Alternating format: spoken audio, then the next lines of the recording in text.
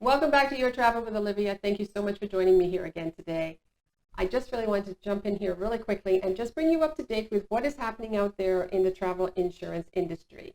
Yes, as many of us start getting vaccinated around the world, we are starting to think that, hey, travel isn't that far ahead in the future, and does look a lot more promising than it did last year. And this is all good news, and that's because, well, we're all anxious to get out there as soon as possible. But I just want to be that voice of reason right now, and that is for you to pay close attention to your travel insurance plan.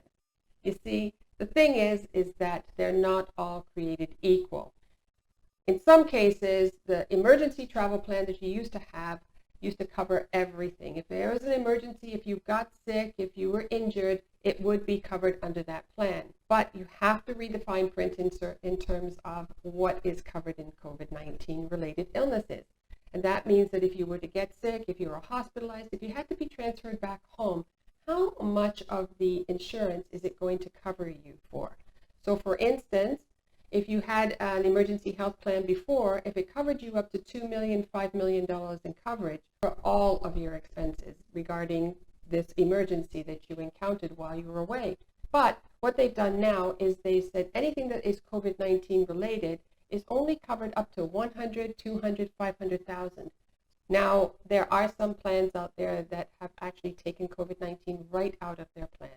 That means to say you've got the emergency health, but there is no COVID-19 related illnesses covered at all. There is a plan out there, it's called a standalone COVID-19 related illness plan that you can actually purchase on its own.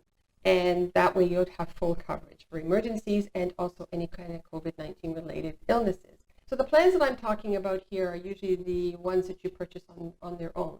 But also some of us have it in our group health benefit plans, through our employers. And so we have travel insurance included in there. So ask those questions and make sure that you fully understand the plan that you have through your employer, as well as your credit cards or any of your other financial institutions. Make sure that you understand the travel insurance plan that you have within those contracts as well. And so that's it. I just wanted to make sure that you travel safe, you travel covered, and you can travel with a peace of mind. So go ahead. If you found today's information really valuable, I'd love it if you shared it with your friends, your family, your colleagues, whomsoever, because it is so important that they get this information as well. And if this is your first time visiting this channel, consider subscribing because I'm here all the time bringing you up to date with all kinds of news regarding travel. Look forward to seeing you again in our next video. Until then, adios and have yourself a wonderful week.